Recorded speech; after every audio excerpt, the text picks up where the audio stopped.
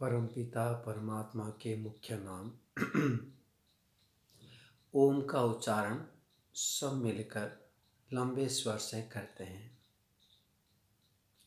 जो सर्वत्र परिपूर्ण है, जो अपना है, परम रक्षक है, परम हितैषी है, उस प्रभु के गोद में हम विचार करते हुए, हे प्रभु, आप मेरे को देख सुन जान रहे हैं। आपके अंदर मैं विद्यमान हूँ, मेरे अंदर आप विद्यमान हैं।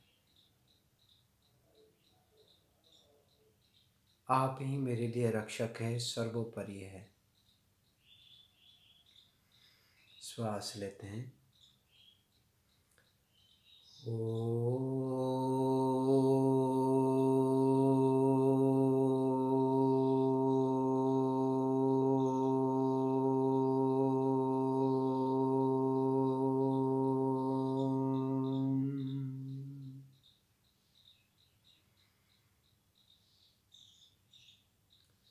समादरणीय महानुभाव, पुजारी विज्ञा मातृशक्ति और श्रोतागण,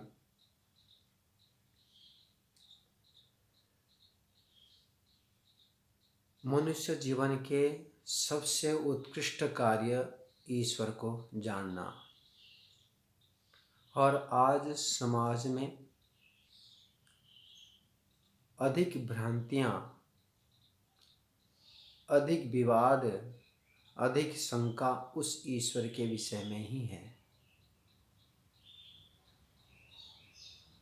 और उस ईश्वर को जानने से ही हम सुख, शांति, संतोष को प्राप्त कर सकते हैं।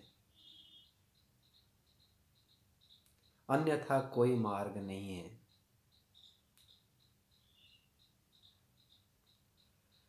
राजा महाराज लोग भी इस तत्व को जानने के लिए चक्रवर्ती राजा भी छोड़ के वन को जाते थे।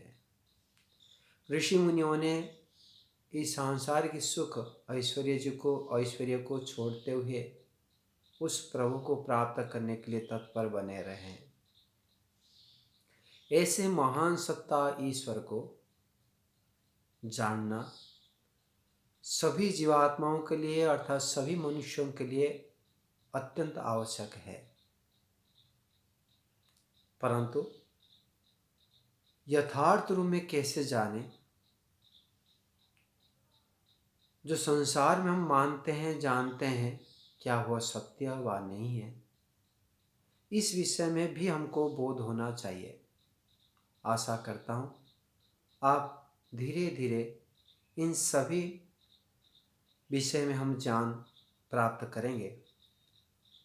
परंतु आज कुछ उसी प्रकार के विषय हम लेते हैं कि परमपिता परमात्मा की यथार्थ स्वरूप को न जानने के कारण से उनके भक्ति करने के लिए समय तो दे रहे हैं हम, परंतु ईश्वर के भक्ति न करते हुए, स्तुति न करते हुए, प्रार्थना न करते हुए उनको निंदा करते हैं। निंदा का परिभाषा महर्षि दयानंद सरस्वती सत्यार्थ प्रकाश जो अमर ग्रंथ है, जो वेद रक्षक, योगी, परम योगी, तपस्वी, अखंड ब्रह्मचर्य का पालन करने वाला जो महर्षि दयानंद सरस्वती है, जिनने अमर ग्रंथ उनके सत्यार्थ प्रकाश लिखे हैं।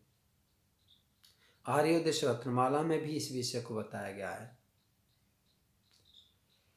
निंदा अर्थात जो वस्तु जैसा है उसके विपरीत कथन करना, गुणों को दोष आकार में और दोषों को गुण आकार में वर्णन करना, यह निंदा कहा जाता है।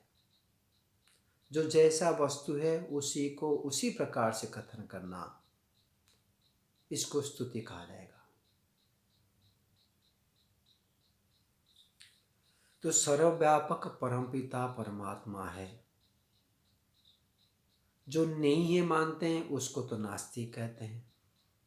जो है मानते हैं, ईश्वर है, जानते हैं और मानते नहीं हैं, ऐसे भी कुछ व्यक्ति मिलेंगे।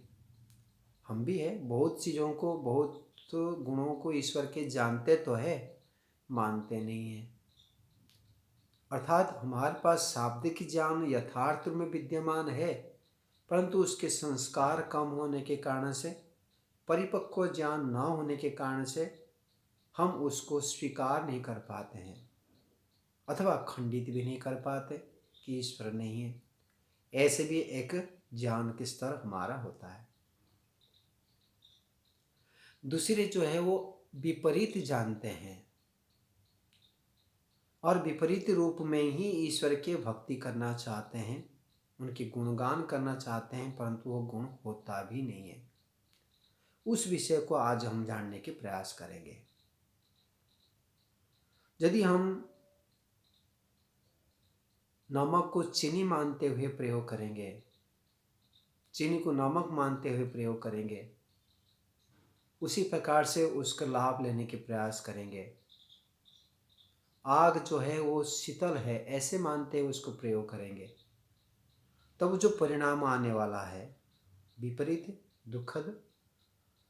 तो उसी प्रकार से यदि परमपिता परमात्मा की जो गुण कर्म स्वभाव है उसके विपरीत हम जानते हो, तब उसके परिणाम में भी उस विपरीत जो ज्ञान के ही प्रभाव हमारे ऊपर में पड़ता है, जिससे हम जिस सुख शांति को प्राप्त करने के लिए, जिन ज्ञान को प्राप्त करने के लिए, जिन बल को प्राप्त करने के लिए ईश्वर से प्रार्थना याचना करते थे, स्तुति करते थे, वो है ही नहीं, तो उसी प्रकार से प्राप्त होता भी नहीं है।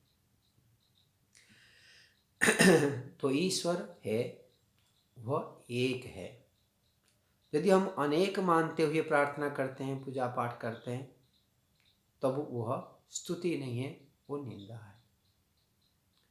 यदि ईश्वर सर्वव्यापक को छोड़ते हुए सर्वत्र विद्यमान है, ऐसे कोई स्थान नहीं है, सर्वव्यापक सर्वत्र विद्यमान, जहाँ चाहे जहाँ जाए वहीं पर है।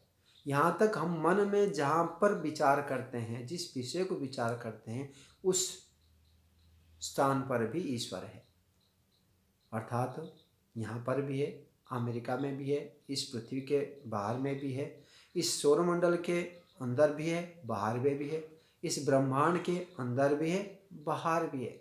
जितनी एरिया में ब्रह्मांड बना है उसके अंदर भी ईश्वर है, बाहर भी। कहाँ तक है? सीमा से रहित है। उस सीमा को बढ़ते बढ़ते बढ़ते बढ़ते हमारे बुद्धि से बाहर, उससे आगे भी ईश्वर है। ये है सर्वव्यापक। ऐसे कोई स्थान नहीं है, वह नहीं है। तीनों काल में, इस सृष्टि रचना काल में भी ईश्वर जहाँ पर है सर्वत्र परिपूर्ण है, ठसाठस भरे हुए हैं। ऐसे ही प्रलय अवस्था में सृष्टि नहीं है, केवल सत्वरसम विद्यमान है, तब भी ईश्वर है। अनादिकाल से कोई ईश्वर तीनों काल में विद्यमान रहते हैं। उसको यदि ऐसे माने कि प्रलय काल में नहीं रहते, तब वह निंदा हो जाएगा। सृष्टि काल में तो व्यापक रूप में रहते हैं, प्रलय काल में नहीं रहते हैं, ये मान्यता गलत है। और सृष्टि काल में व्यापक रूप में नहीं रहते हैं, वो भी निंदा है। तृतीय आकाश में रहते हैं, स्वर्ग में रहते हैं, सप्तम आकाश में रहते हैं, ऐसे जो वैकुंठ में रहते हैं, क्षीर सागर में रहते हैं, ऐसे ऐसे जो मान्यता है वो भी गलत। और अधिकांश लोग जो हम सामान्य आकार में जानते हैं, भगवान जो है वो मंदिर में ही रहते हैं, पूजा घर में ही रहते हैं, ये मानते हैं हम, ये भी गलत। ईश्वर सर्वत्र परिपूर्ण है, वह मंदिर में भी है, मंदिर के बाहर में भी है। ऐसे हम भावना न बनाए कि जब मंदिर के पास में जाते हैं तब हमारे मन में यही भावना रखते हुए जाते हैं कि भगवान को दर्शन करने के लिए मैं जा रहा हूँ।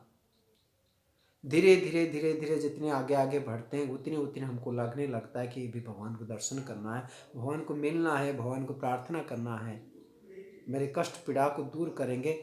वैसे भगवान के अस्तित्व को हम मंदिर में मानते हुए गति करते हैं, और थोड़ा सा बाकी रहा भगवान को मिलने के लिए, और थोड़ा सा बाकी रहा, फिर सामने जाके खड़े होते हैं तो ईश्वर मेरे को मिला ही दिया, अति निकट हो गए, ये भावना करते हैं। फिर स्तुति प्रार्थना उपासना करते हुए धीरे वापस आते हैं, तो वापस आते समय हम सोच लिए मंदिर इतने दूर हुआ, भगवान भी इतने दूर हो गए। धीरे धीरे दूरी का बनाते हैं घर में, अभी मंदिर दूर, घर दूर है, तो घर से मंदिर दूर होने के कारण से भगवान भी दूर मान। इस परिणाम से जो भगवान को हम दूर मानने के कारण से तो ईश्वर के भय नहीं रहता है। जैसे कि चौराहे में पुलिस खड़ा है, पास में है, तो हमने लाल बत्ती को पार करके आगे नहीं बढ़ते। क्यों भय रहता है? पास में है, सीसी कैमरा लगा हुआ है, जब हम देखते हैं तब वो हमको फीज आ जाएगा, ये भय रखते हैं। उसी प्रकार ही परमपिता परमात्मा को यदि हम दूर में मानते हैं तब निश्चित रूप में वह भय हट जाता है। तब हम स्वार्थ के कारण से, अज्ञानता के कारण से व जानबूझकर अनेक गलत कार्य को कर लेते हैं। उसी प्रकार संस्कार नहीं है, जो सर्वत्र परिपूर्ण ईश्वर है यहाँ पर, वो भय और श्रद्धा दोनों उत्पन्न करते हुए हम ईश्वर के प्रति प्रेम भी बढ़ा सकते हैं। भय को जानते हुए हम गलत कार्य से बच पाएंगे। अतः ये महान भाव, ये हम विचार रखें कि ईश्वर सदा हमारे पास में है, वो कहीं दूर में है ऐसे नहीं है। वैसे ही परमपिता परमात्मा सर्वशक्तिमान है। यह हम जानते हैं कि सर्वशक्तिमान का अर्थ हम ऐसे यदि करेंगे सब कुछ कर सकते हैं, वह भी गलत है। किंबा उसमें कोई सर्वशक्तिमान का कमी नहीं होगा। आप ध्यान दें, ईश्वर सभी कार्य को करते हैं सर्वशक्तिमान, अर्थात कि वह हमको खाना बना के भी दे देंगे, किंबा हमारे लोगों को रोक लेंगे, कर्म करने स्वतंत्रता को रोक लेंगे, ऐसे भी नहीं है। जो ईश्वर के नियम है, जितने कार्य है, उन कार्यों को वह स्वयं करते हैं, दूसरे की सहायता नहीं लेते हैं। उनके सभी कार्य दूसरे के सहयोग लेना नहीं पड़ता है, परंतु हम जीवात्माएं, हम व्यक्ति दूसरे की सहायता के बिना कुछ भी कार्य नहीं कर सकते। दूसरे व्यक्ति हो, दूसरे साधन हो, परंतु ईश्वर दूसरे प्रकार के कोई प्रकृति के सहयोग से संसार को बनाए कि वह संसार को रक्षा करते हैं, वैसे भी नहीं है। कि वह जीवात्मा के सहयोग से कोई कार्य करते हैं ईश्वर, ऐसे भी नहीं है। यदि हम कहें कि ये जो है ईश्वर के दूत बनते हुए कार्य करता है, प्रभु आपके दूत को भेजते हुए मेरे कार्य को संपादित करा दो, ये प्रार्थना किंवा स्तुति उस प्रकार से जानना वो भी गलत हो जाएगा। तो ईश्वर सर्वशक्तिमान अर्थात तो जो चाहे कर सकते हैं, ऐसे भी नहीं है। ये यदि हम मानते हैं वह निंदा है, ईश्वर की स्तुति नहीं है। और कुछ सर्वशक्तिमान मानते हुए भी ऐसे हम मानते हैं कि नहीं, ईश्वर सर्वशक्तिमान नहीं है, ये भूमिका में रखते हैं और पालन करते हैं कि जब जब विनाश दुष्ट व्यक्ति बढ़ जाते हैं तब वो ईश्वर अवतार लेकर आते हैं और इन संसार के पापी व्यक्तियों को नष्ट करते हैं। क्या ईश्वर के पास जो संसार को रचना किए हुए हैं, जो पालन करते हैं, जो जन्म देते हैं, जो मृत्यु कराते हैं, क्या उस दुष्ट व्यक्ति को मार नहीं सकते थे? तो उनको जन्म लेना क्या आवश्यकता पड़ा? तो ये जो मान्यता है वह भी गलत है। इस प्रकार से मानते हुए ईश्वर को स्तुति करना वो भी गलत हो जाएगा। परमपिता परमात्मा सर्वशक्तिमान है। आपने सभी व्यक्तियों के कर्मों को देखते हैं और कर्म अनुसार फल भी देते हैं। यह कुत्ता बिल्ली सुअर जो बनते हैं, यह जो गरीब संपन्न व्यक्ति बनते हैं, वह जो पुरुष स्त्री बनते हैं, सारी प्रकार से जो जन्म से परिवर्तन होता है और जन्म के पश्चात भी जो हम निरंतर कर्मों के फल प्राप्त करते हैं, तो उस व्यवस्था को करने वाले ईश्वर है। परंतु ईश्वर स्वयं कभी अवतार लेके भूमंडल में आते हैं, ऐसे मानना वह ईश्वर के जड़, ईश्वर के निंदा हो जाएगा। तो वह कभी अवतार नहीं लेते हैं। उसी प्रकार से ईश्वर चेतन है, उसको हम जड़ मानते हैं। जड़ अर्थात ज्ञान रहित है, तो है ईश्वर सर्वव्यापक, लेकिन कुछ करते नहीं है, कुछ जानते नहीं है, ऐसे मानना भी वह निंदा है। प्रभु तो अपना, जैसे आप मेरी बातों को सुन पा रहे हैं, समझ पा रहे हैं, आप मेरे पास में न होते हुए भी मैं समझ पा रहा हूँ कि आप मेरी बातों को सुन रहे हैं। उसी प्रकार से परमपिता परमात्मा दिखाई न देते हुए भी यहीं पर विद्यमान है। और चेतन है, समस्त हैं, प्रतिक्रिया करते हैं। ऐसे ईश्वर को हम जड़ मानते हुए किसी स्थान विशेष में उनको बांध लेते हैं, तो वह अनुचित है। उसी प्रकार से नहीं है, वह कहीं फोटो के अंदर में, मूर्ति के अंदर में है, ऐसे मानते हुए हमें ईश्वर को जड़ मान लेना और उस प्रकार की पूजा पाठ करना, ये स्तुति व प्रार्थना ना होते हुए ईश्वर की निंदा हो जाता है और उसके परिणाम से हमको फल प्राप्त नहीं होता है। ऐसे ही ईश्वर के जो कर्म है उनको जानना, ईश्वर कभी हमारे कर्मों को क्षमा नहीं करते हैं। अवश्यमेव कृतम कर्मम भोक्तव्यम, जो हमने जो किए हुए कर्म है निश्चित में हमको भोगना ही होगा। तो इस प्रकार से परमपिता परमात्मा जैसा परमात्मा की जैसे स्वरूप है उस प्रकार से जानना, उस प्रकार से कहना उसको स्तुति, उसके विपरीत कहना वह निंदा है। तो हम भी व्यवहार काल में जहाँ जहाँ निंदा करते हैं अर्थात ईश्वर के विपरीत मानते हैं, जो निराकार ईश्वर को स्वीकार करते हैं, कर पाए हैं, सुने हुए हैं, परंतु मान नहीं पा रहे हैं, तो वहाँ पर भी हमको ये बोध करना होगा उस प्रकार से मानना नहीं है, इसलिए हम भी निंदा करते हैं, हम गलत कार्य कर लेते हैं, ईश्वर नहीं है मानते हैं, तो यह सारे हमारे यथार्थ स्तुति नहीं है। तो यदि हम निंदा करते हैं तो हानि क्या होगी? तो निंदा करने से जो ईश्वर के स्वरूप से लाभ उठाना चाहिए था, जैसे मैंने बताया था, जो चीनी के यदि आप मानेंगे ये नमक है, तब आप चीनी के जो लाभ होना था, नमक का जो लाभ होना चाहिए था वो तो लाभ होगा नहीं, तो चीनी का लाभ होगा। तो हम यदि ईश्वर को सर्वशक्तिमान नहीं मानते हैं, सर्वव्यापक नहीं मानते हैं, तो उन गुणों के कारण से जो हमको लाभ होना चाहिए था वो लाभ नहीं हो पाएगा, और उसके विपरीत हमने गलत कार्य करने के कारण से ईश्वर हमको दंड भी देंगे। तो इसलिए निवेदन है हम सभी ईश्वर के स्वरूप को जानें और उसी आधार पर हम स्तुति प्रार्थना उपासना करें। परमपिता परमात्मा सर्वत्र परिपूर्ण है, हमारा हितैषी है, हमारे दोषों को, दुर्गुणों को, दुर्व्यसनों को, दुखों को दूर करने के लिए तत्पर है। हम ईश्वर से यह प्रार्थना करते हैं, प्रभु हमें आपका यथार्थ स्वरूप बोध कराइए, उसके लिए मुझे परिवेश सामर्थ्य प्रदान करें, उत्साह प्रदान करें।